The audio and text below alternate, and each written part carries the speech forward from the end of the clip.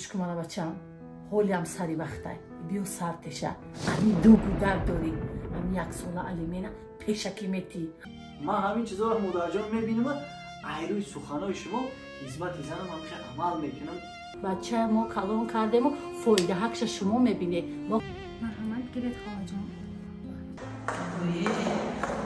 رجب علی ایبرانی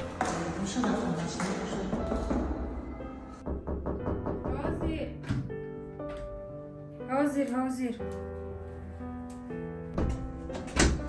السلام علیکم خواهر جان. السلام علیکم. یه مقدار 3 ساعت میکشویی؟ بیاین خوش اومدین خواهر جان. خانگی ها هم اساس تقاش سازن خواهر جان. سازه تقاط هم سازه خانگی های هم سازه. خوش اومدین خواهر جان. ای وای. اوه. این تشکیلی ابی این نوز نعمت ابی 24 ساعت تشکیلی خریه آمدی یک مخچه بودی وزیر اگه کنده شدی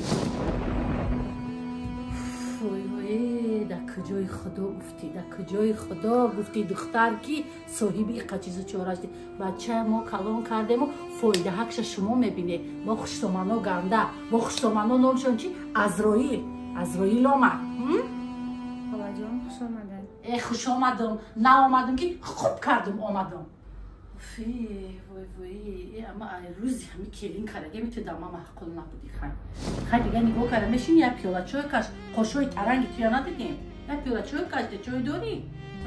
خواهر جان چای هسته اما قاشوی ترنگی تویا ندیدیم دیگه ایره دور اومدیم تشنه موندیم فایده که بچه از آبو شما کشنیم و فایده که شما میبینیم گه شهر اومدی شهری شدی چی خیلی اوسینی کرتود کلتایه درستر کردن نمیشه اما اوسینی کرتایه باید که دیگه بچه خوبی من ایافتی بولوش بروماده سوار میشی مرحمت گیرید خواهر جان.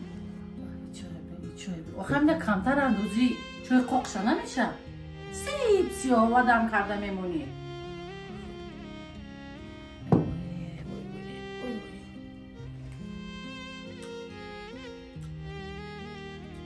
مهمان داشتی؟ نه خواهر جان. برای خودت؟ السلام علیکم. السلام علیکم. خوش اومدی اوچه جان خوش اومدی کدام شمالو پرام مادر جان خوش اومدین.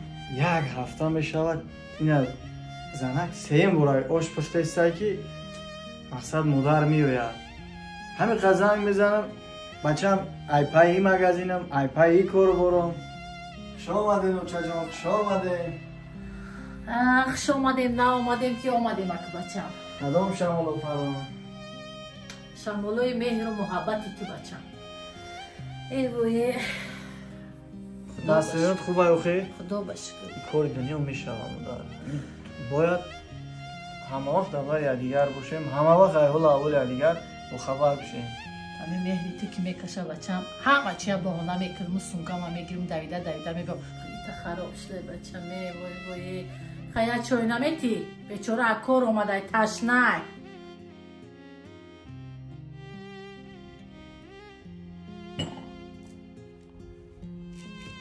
بیار زنک جان چی داری؟ چی اوقات کردی؟ خوش کردگی مادر جان. هی دستات گلای خدا زبانت بلبل برا زنک جان بیا درام صدقه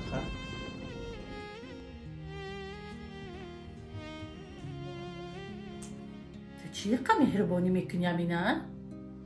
تو چیقدر مهربانی میکنی؟ چیقدر دوست داری میکنی؟ همین قدر برای تو عزیزه همین مادر جان این زن میشوه مادر فرزندو میشوه فرزندوی نازنین به دنیا آورد از انیس جان و مونیس جان و مادر جان اینه ببین دایم خانه تازه و آزاده خوراک گرم همه وقت تیار مادر جان لباسا شستگی تازه کردگی خیلی مادر جان من چی به احترام میکنم من مادر جان مهر محبت نسبت زن احترام نسبت زن همه اینا من مادر جان ای شما آموختم شما دایم طرف یک کم میگین که بچم با نشوه که زن تا برنجونی نشوه که کلی نخفه کنی نشوه که چیزی دلخواهی زن تا نخری یا دودر من میگین که دخترای خدا ما کلین کردین من همین چیزا رو مادر جان میبینم айрӯи суханои шумо хизмати занам ҳамихе амал мекунам. бовар ки ҳамихе хушбахтам ки модарҷон ҳеҷ нагуфтани ширунаи парвардигор ки худованд манам хеле зани нозанинам, хеле зани меҳрубона насиб кардааст. эй ва ё ҷиҳанои ман меша, фаҳмидӣ? ва ё духтари хоҳари ман меша. агар гапи мара мегирифтиву духтари хоҳари мара мегирифтӣ, ҳоли ирӯз ман чӣ хел меҳрубониҳо мекардам.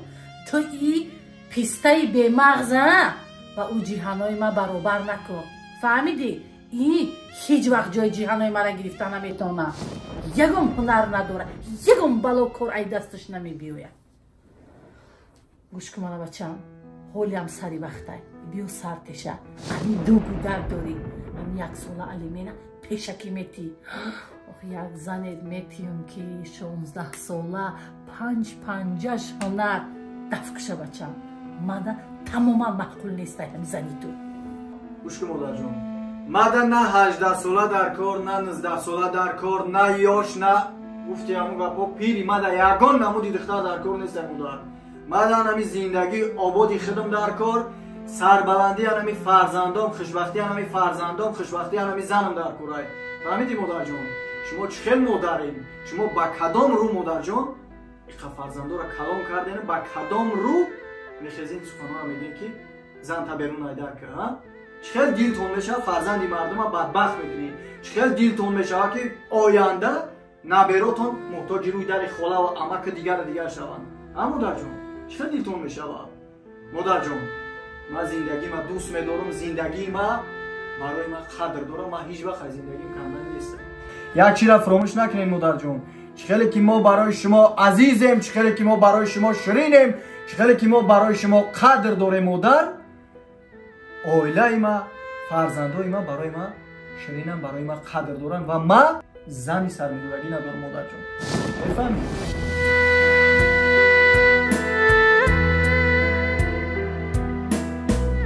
подписаться ва лайк و комментариеро фаромӯш накунед. Раҷаб Али Ибронӣ. синаи ҳамчу хун ман зиғам дорам. занакиш барои хитай. бо вафо ёрам карда ғамборам. бишнаве занакҷон аз дили зорам. бамбарамад занакҷон. خیلی بوسکو تا پوش زنانجان با سیر گشت ببینم وقتی سیر گشت کردن شده. خیلی بون برام من اوچا جون تیار شد اوچا میریم سیر گشت یک استراحت بریم. خواب شده است، خواب شده است. мардак очатон куҷо мераванд? زنک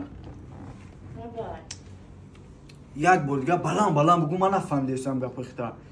یک بار دیگه خیلی بلند تکرار کن. охи дар ҳами хона шинанд шарт аст аз қафои мо раванд.